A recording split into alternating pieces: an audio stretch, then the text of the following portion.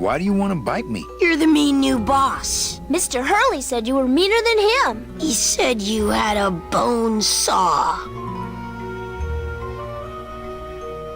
You bite me and I'll sue your parents. Our parents?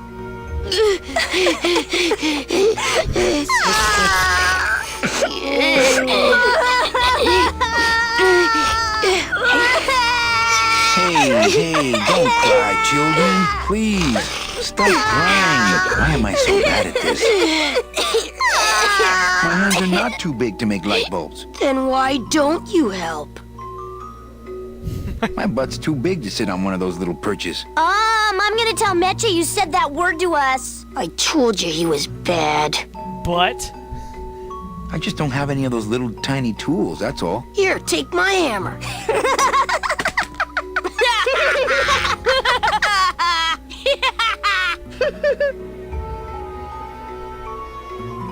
You know, I really do want to help. Then why don't you? I'm in the Maritime Union. We can't do factory work. I don't know what those words mean. It means he doesn't want to help us because he's mean. On second thought, maybe I don't. We don't want to either, but we don't have a choice. I'm the one who's gonna take Meche out of here. What? You can't do that. Who's gonna take care of us? We'll be all alone. oh goodness, not again. Yoshi! I'm here to help you get out of this cage. You can't do that. We have to stay here and take care of Meche. She'd be so sad here all sometime.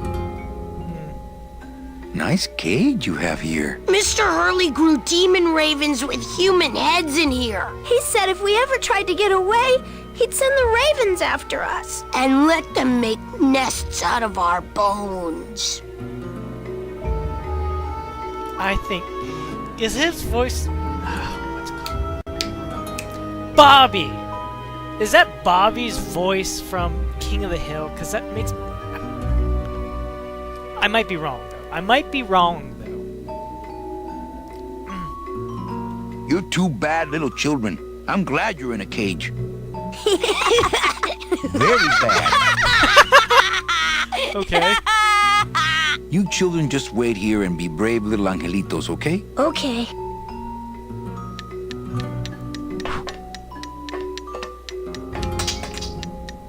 This is the tiniest little hammer I've ever seen.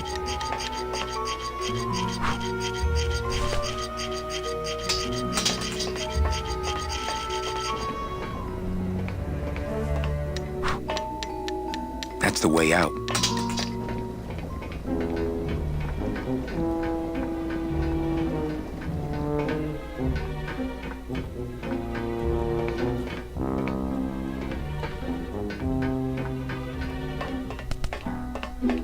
Oh. Oh, look, it's my Prince Charming. Are you back here just to insult me some more, or do you just want some ice for your head? Man, that ashtray's so fancy you could eat caviar out of it. Once you got used to the sooty aftertaste, you'd feel like a king. I like the new dress. Well, it's the best I could pull together out here. Do you have any idea how hard it is to get decent fabric and silk stockings on a deserted factory island on the edge of the world? No, I don't.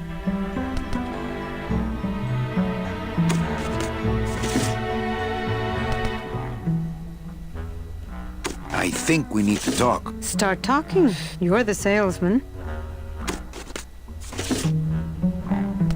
I have a lot of explaining to do. Save your breath. Domino's explained it all to me already. Come on, we're getting out of here. Trying to steal my commission from Domino again. Manny, don't you ever give up? I'm not after any commission. I just want to get us both out of here. Then why don't you just ask your boss for the day off? Can't believe you think he's my boss. He's my arch enemy. I think he's your boss. You think he's my boyfriend. We don't seem to have a good foundation of trust in our relationship, do we?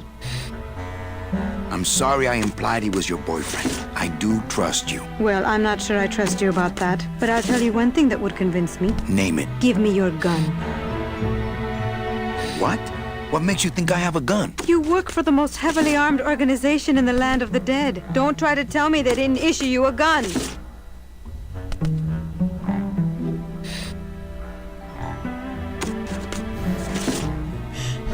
I don't work for the most heavily armed organization anywhere. You know, you're right. There are those rumors of that revolutionary army that's been stockpiling weapons. Actually, them, I work for. Manny, why don't you come back when you're willing to deal straight with me, okay?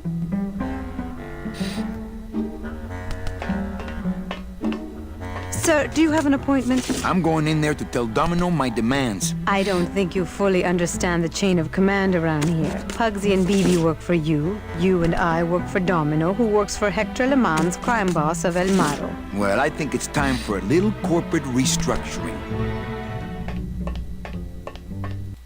Sorry, I feel like saving again. I'm getting scared.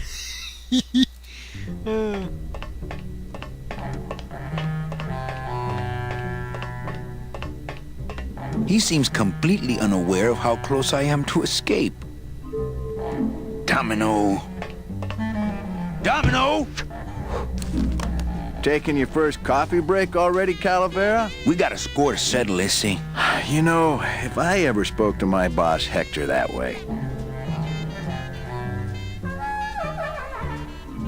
What are you doing out here on the edge of the world? Oh, I know, I ask myself that every day. But I'm going to train you, Manny, to take my place here running this 2-bit light bulb factory.